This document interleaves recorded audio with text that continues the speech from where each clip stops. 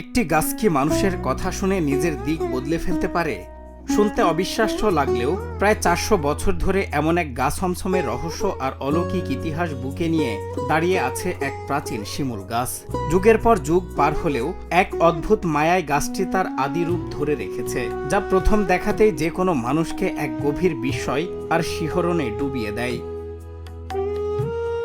এই গাছের সবচেয়ে বড় রহস্যের শুরু আজ থেকে প্রায় 50 বছর আগে। তখন এর একটি বিশাল ডাল ভয়ঙ্করভাবে রাস্তার দিকে ঝুঁকে পড়ায় মানুষের চলাচল প্রায় বন্ধ হয়ে যায়। লোকমুখে প্রচলিত আছে, সে সময় এলাকার এক বুজুর্গ মাওলানা আব্দুল হালিম হুসাইনি গাছটির সাথে কথা বলেন। অলৌকিকভাবে এরপরই ডালটি রাস্তা থেকে সরে যায় এবং গাছটি উপরের দিকে বাড়া চিরতরে বন্ধ করে দেয়। মানুষের রাস্তা নষ্ট হইল না, তোমরা রাস্তা সারিয়া যাও, এই রাস্তা মাঝে নষ্ট হলে মানুষ চলবো কইয়া, এই কথা কইয়া মৌলানাটা গেছে আস্তে আস্তে আস্তে আস্তে মশলা নিচ্ছে। গাছ ছমছমে এই রহস্যময় শিমুল গাছটির অবস্থান কিশোরগঞ্জ জেলার বিন্নাটি ইউনিয়নের পাঠাভোগা গ্রামে। স্থানীয়দের দাবি, গাছটি উপরে না বেড়ে অদ্ভুতভাবে মাটির নিচে চারিদিকে ছড়াচ্ছে। এমনকি 1 থেকে 2 কিলোমিটার দূর পর্যন্ত এর শিকড় পাওয়া গেছে। বহু প্রজন্মের সাক্ষী এই গাছের সঠিক বয়স কেউ না জানলেও পূর্বপুরুষদের আমল থেকেই এটি একইভাবে টিকে আছে।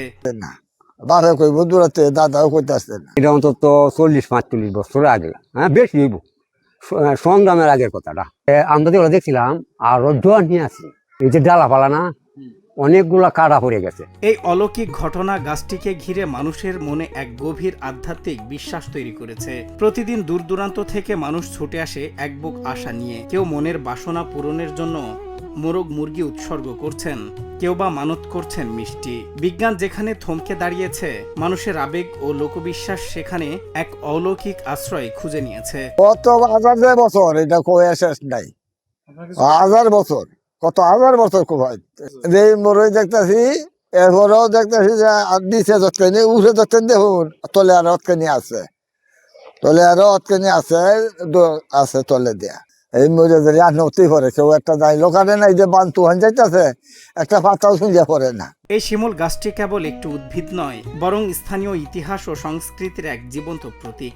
শত বছরের রহস্যের চাদরে ঢাকা এই গাছটি কি আসলেই কোনো দৈব শক্তির বাহন, নাকি প্রকৃতির এক অমীমাংসিত রহস্য? বিজ্ঞান ও বিশ্বাসের এই দোলাচলের মাঝেই এই মায়াবী শিমুল কি আগামীতেও মানুষের মনে এভাবেই এক অমীমাংসিত বাধা হয়ে দাঁড়িয়ে থাকবে? এ প্রশ্নই অনেকের।